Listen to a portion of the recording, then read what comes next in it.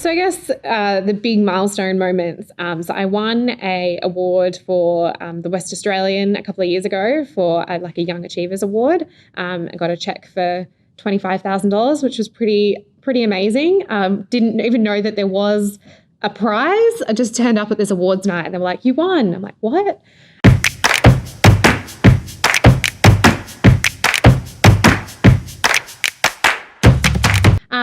So my name's Kate. I'm from Keynote, Australia. I'm a WA born and bred, but I was actually born up north in Karratha, so up in the far north of Western Australia. And I consider myself still a country girl at heart. I was raised down in Australand, which is just out of Bunbury in the southwest. And I've been in Perth now for probably about 10 years. Definitely part of the furniture here in Perth now. So I'm the founder of SheCodes, and SheCodes, we're a coding workshop for women at the heart of it, but we are doing things pretty radically differently.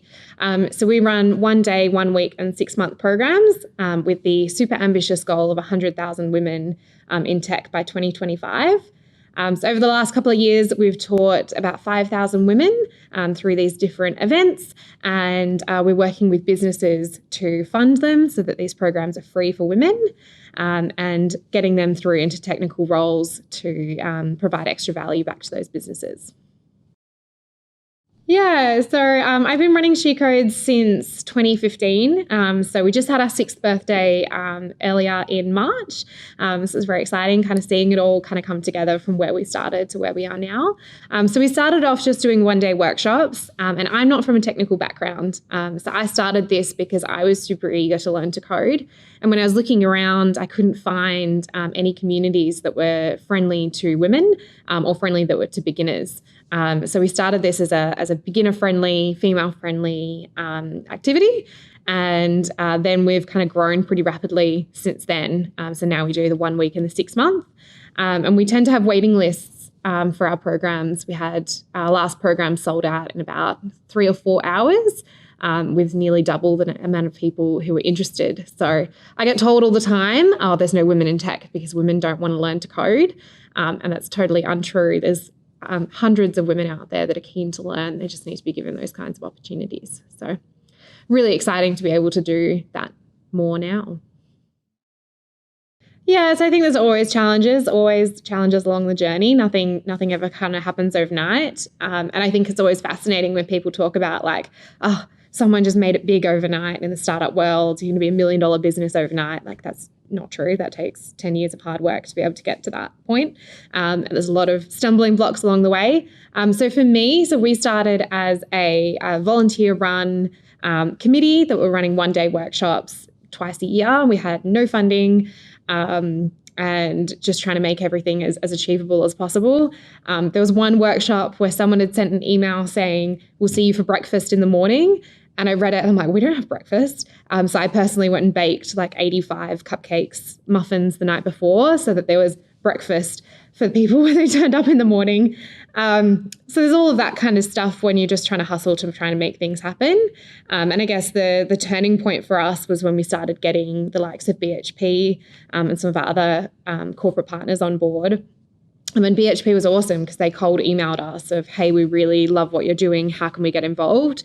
And they've kind of been with us every step of the journey now, suggesting kind of ways that we can strengthen the partnership and increase the partnership. And then we've built a program together, the SheCodes Plus program.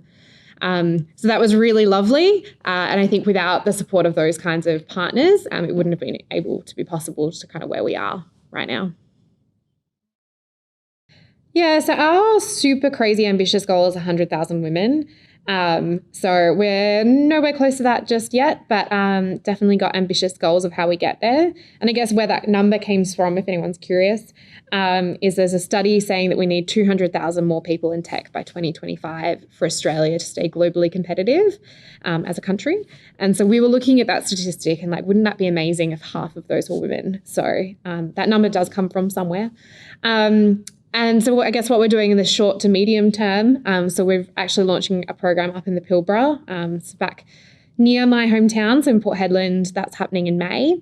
And we've got 16 or 17 super incredible people part of that program. We're also launching again in Brisbane. So applications have just opened for the Brisbane program, and we're running some stuff over there for the rest of 2021. And then back here in Perth, so we've got plenty of one-day workshops and one-week workshops. So always growing, always doing more things, and kind of at the moment focusing on WA and Queensland and sort of looking across the East Coast of where we can add value and impact more women. Outside of Keynote, so I've been part of the SpaceCube team for 6 years. So SpaceCube is where I started, and Keynote we now run through the SpaceCube team. So I'm still part of the ecosystem. In part of that, so I've been involved in the +8 Accelerator program. I've run some of the startup weekends here in Perth, which are super fun, and you should definitely go along to them if you haven't been to one before. And I've been involved in SheEO, which is a kind of new venture fund for female founders. So it's a perpetual fund that as activators, we are radically generous and we gift money into the pool.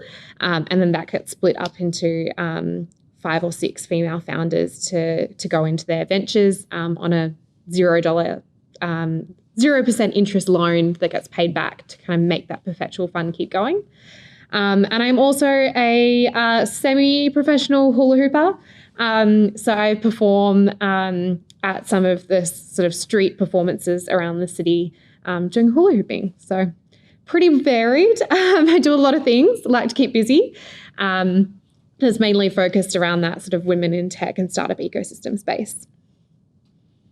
So I guess the big milestone moments. So I won an award for the West Australian a couple of years ago for like a Young Achievers Award. I got a check for $25,000, which was pretty amazing.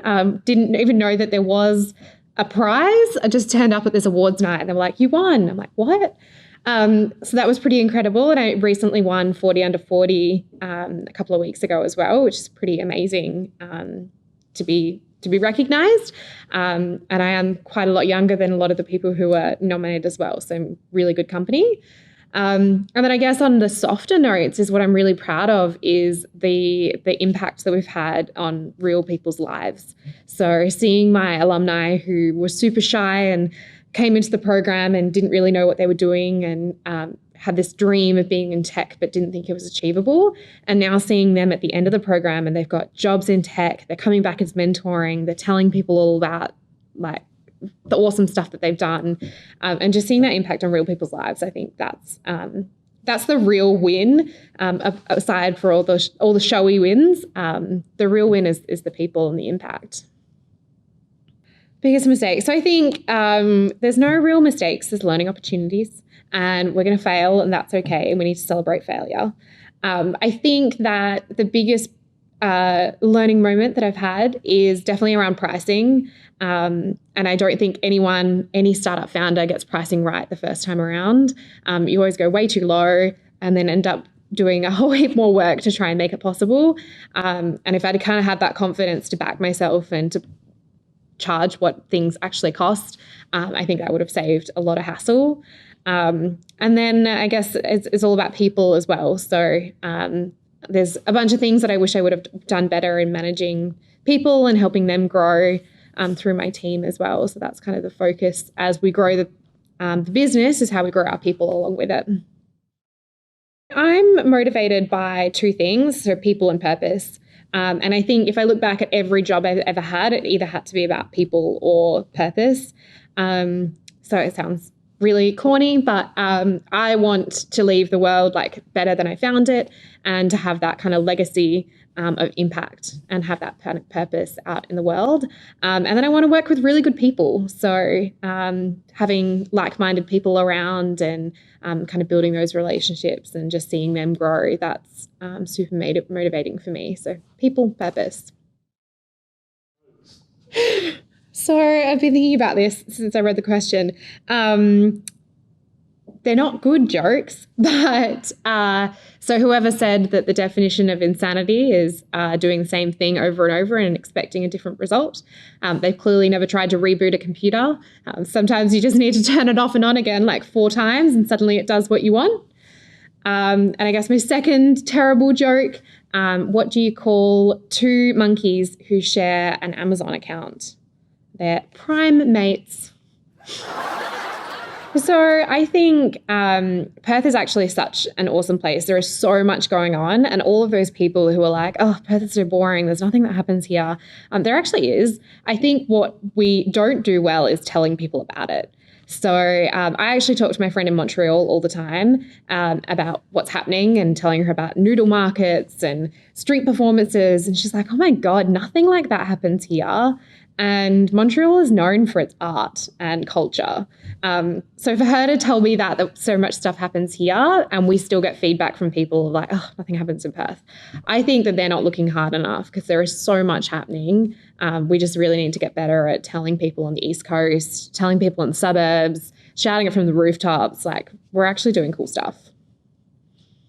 I think the 2 degrees of separation, like everyone knows everyone, and there's going to be some kind of, if you haven't met someone, you know their friend or their sister or their colleague, or you go to the same bar. Everyone knows everyone. That's 100% true. 1.5 million is like a lot of people, but we're still like, oh yeah, Jack, he's friends with my and Jill. Oh, they went to that school together. It's insane. How would I like to see it transform? I think just kind of really growing into finding our feet in the startup tech and startup ecosystem. I think where we really need to invest is in skills development and funding for startups. And I think that we have the potential of being this really cool tech hub in the kind of remote area of Australia. I think that would be really, really cool. And I'd love to see us as a bit more of a destination rather than I think we get complained about of like, last stop Perth.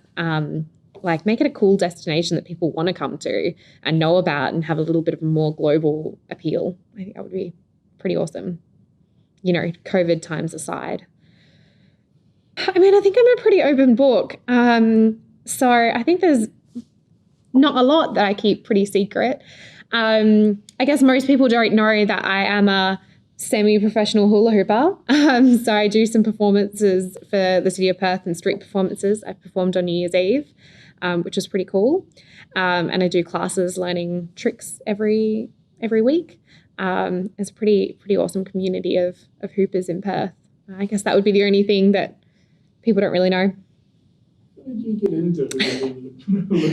So this is one of those things that everyone knows everyone, and that community kind of vibe. So I met Brie, my hoop teacher. She was a member of Space Cubed back in probably 2016, 2017.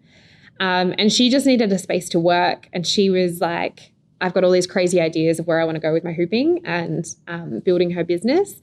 And I met her and we just did a couple of classes. We used to have hoops at happy hour and just used to have a little bit of a play of who could keep it up the longest at happy hour.